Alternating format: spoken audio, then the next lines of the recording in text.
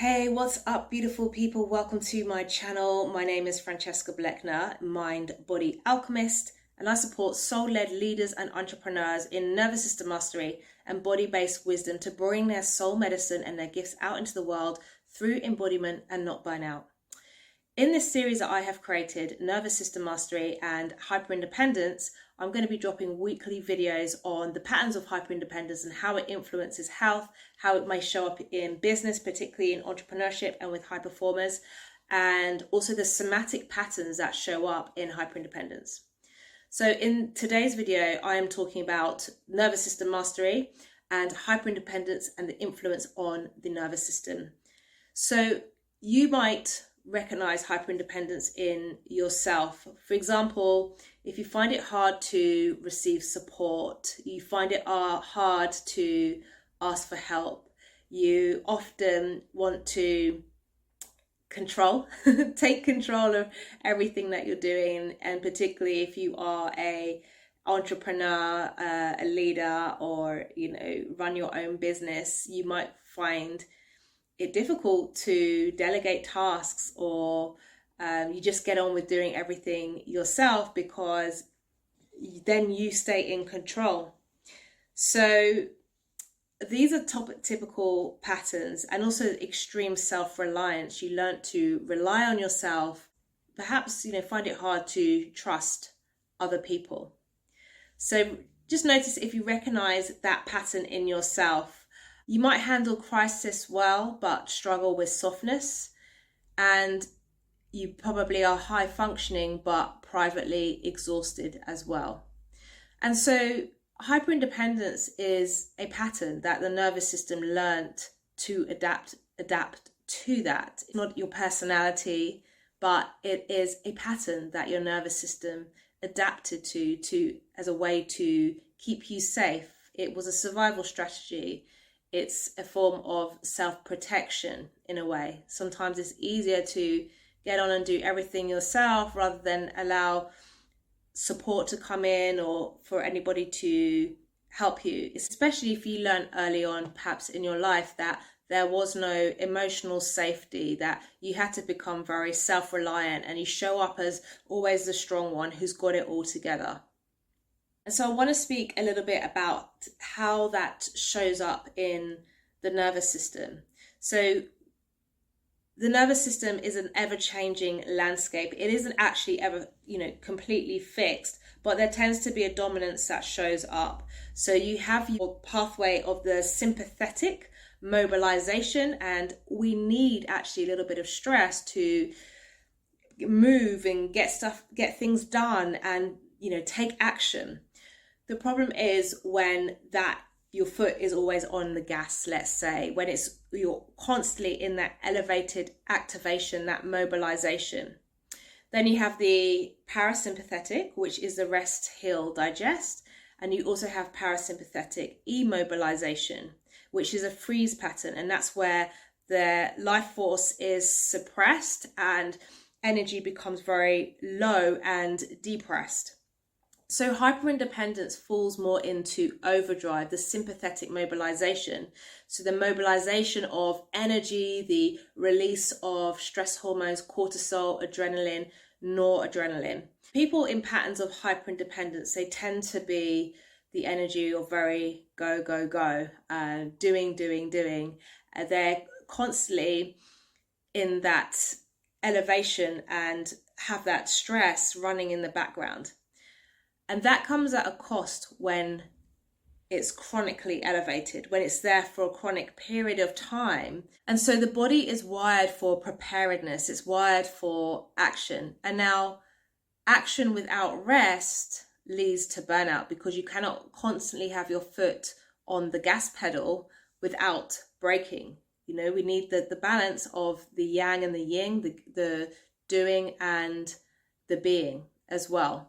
And so what's happening on a physiological level, that when there is perception of stress, or always in that constant go, prepared for action, breathing becomes more shallow, and that initiates the stress response. Heart rate increases, blood pressure increases, a message is sent to the brain that there is a threat, and that the body needs to go into that preparedness. So glucose is mobilized into the bloodstream, ready to fight or run away. And what happens is, because most people are not usually in that scenario of running away from the tiger or that life-death survival situation, they might be most likely are working or working to a deadline, putting pressure on themselves. That continual output and that continual pressure does come at a cost. Now, many high performers and entrepreneurs and leaders, they are in this area of overdrive. Now, it does have there are some good aspects of this energy, because, you know, to be an entrepreneur, to run your own business, often in high performing leadership positions, requires a lot of to be very self-driven, to be self-led, to have a lot of get up and go, often a lot of willpower as well.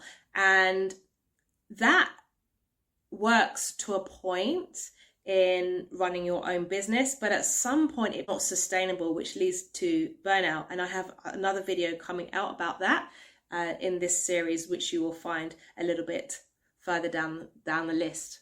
And so many high performers are here because, you know, we live in a society that rewards productivity, that rewards the achievements and to keep going, often at the expense of rest and replenishment.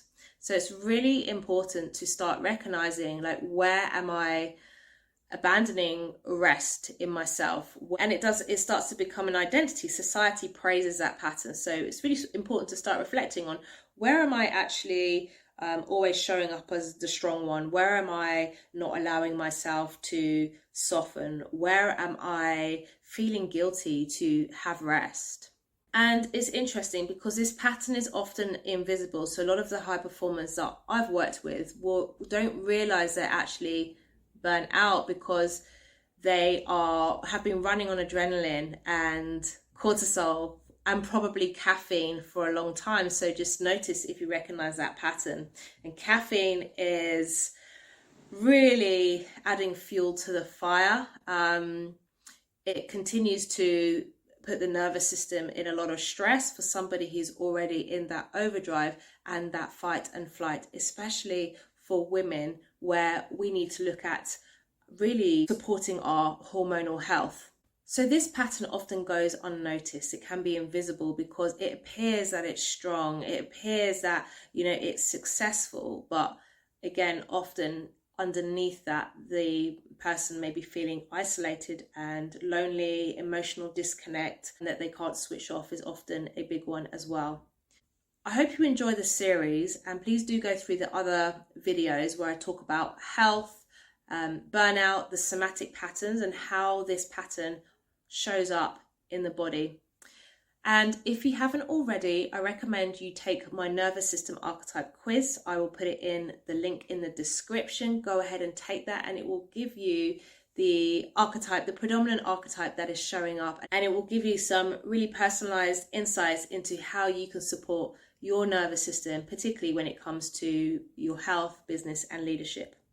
I also have a 15-minute somatic reset specifically for patterns of hyperindependence and overdrive, to really work with releasing and unwinding the deep internal tension patterns that people in overdrive experience. So I'll also put that link in. And if you're ready to go deeper, I have a high proximity one-to-one container, 6-month container of Embodied Mastery for soul-led entrepreneurs and leaders that are ready to dissolve and alchemize these patterns held in the body and nervous system, and really come into their embodiment, into their power, identity, leadership, to thrive in their business in 2026 and beyond. So let me know how you found this video. Leave a comment, like, subscribe, and share, and I'll see you in the next video. Much love.